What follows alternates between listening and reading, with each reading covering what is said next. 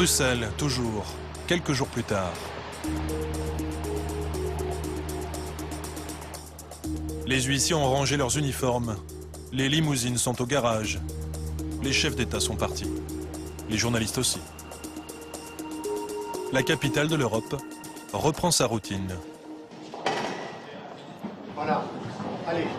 Moi, je suis toujours là. Bonjour. Ça va bien? C'est l'heure des nouveaux maîtres de Bruxelles. Comme Michel Barnier, ancien ministre de Jacques Chirac et de Nicolas Sarkozy, aujourd'hui commissaire européen chargé du marché intérieur et des services. Pour cette fonction, il est payé 20 667 € par mois, près de 2 fois ce que gagne François Hollande. Bonjour, ça va? Ça va, Michel? Short sleep. Ce matin, Michel Barnier retrouve les autres commissaires européens pour la réunion du collège, l'équivalent du Conseil des ministres en France. À ses côtés, les autres commissaires, de parfaits anonymes, pour la grande majorité des citoyens français. Et pourtant, ils disposent d'un pouvoir réel sur notre vie quotidienne. Voici le Belge Karel de Gucht, commissaire au commerce. De la voiture Peugeot à la vaisselle en céramique, en passant par les briquets, il a le pouvoir de protéger ou non les produits made in France, en taxant ou pas la concurrence internationale. L'Espagnol Joaquim Almunia, très redouté, car il traque les aides publiques illégales autant que les monopoles des multinationales. À son palmarès, des millions d'euros d'amende infligés à la France, mais aussi à de grandes entreprises comme Microsoft. La luxembourgeoise Viviane Reding, commissaire à la justice, vice-présidente de la commission. Elle est à l'origine, entre autres, d'un projet de réforme de la garde à vue en France.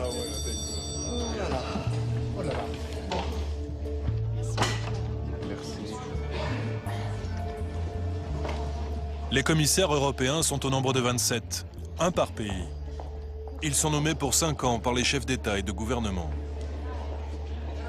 Au fil des crises, les États européens ont transféré de plus en plus de pouvoir à ces commissaires. Sur le contrôle des budgets nationaux tout d'abord, mais aussi sur la conception de nouvelles lois. Les commissaires européens, ces super ministres anonymes, sont devenus les puissants de l'Europe. Nous sommes dans le rôle de facilitateur. Nous faisons des propositions avec le collège dont je fais partie, qui généralement se trouve, grâce à la collégialité, pas très loin, le plus près possible du centre de gravité de l'intérêt général européen. Clairement, quand vous êtes commissaire européen, dans le rôle d'un ministre européen, entre guillemets, vous êtes au milieu du jeu européen. Vous n'êtes pas seulement du côté d'un pays avec ses idées, ses propositions.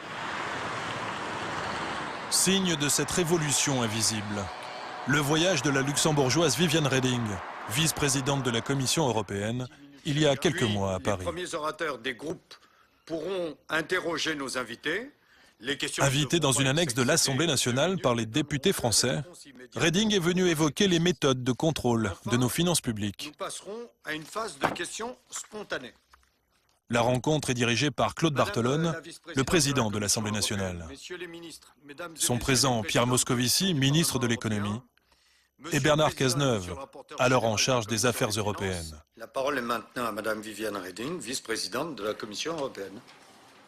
Devant tout ce beau monde, la commissaire européenne va être très claire. Selon elle, si l'Europe veut exister et sortir de la crise, les nations doivent obéir à Bruxelles. On a perdu beaucoup de temps.